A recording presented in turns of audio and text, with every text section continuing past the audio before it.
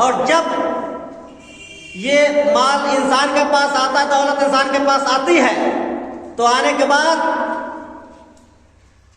शैतान उसके ऊपर गालिब आ जाता है। जब दौलत आती है, दौलत आने के बाद में इंसान मुतकब्बिर हो जाता है, गुरूर पकड़ लेता है, उसको गुरूर की रस्सियों में वो जकड़ जाता है। शैतान उसको गुरूर की रस्सियों में, गुरूर की जंजीरों में जकड़ लेता है, जिसके अंदर दौलत होती है। क्योंकि वो शख्स समझता है जो भी कुछ है हमारे पास दौलत है, दौलत से हम सब कुछ कर सकते हैं, लेकिन उसको ये नहीं पता जो दौलत देने वाला है उसको इतनी कुदरत है कि वो एक वक्त में दौलत को ले भी सकता है। भाई जिसने जिसको दौलत दी है वो दौलत लेने का भी हक रखता है, लेकिन उस मुतकब्बिर को ये पता ही नहीं होता है कि इसलिए वो शैतान का चेला है, वो शैतानों जैसी हरकत करता है। और अगर वो इस चीज को समझ लेता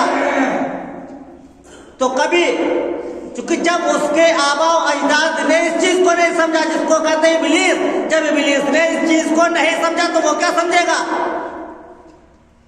उसके साथी कैसे समझेंगे जब इब्लीस ने नहीं समझा? अगर इब्लीस इस चीज को समझ लेता तो कभी सजदा करने से इनकार ना करता।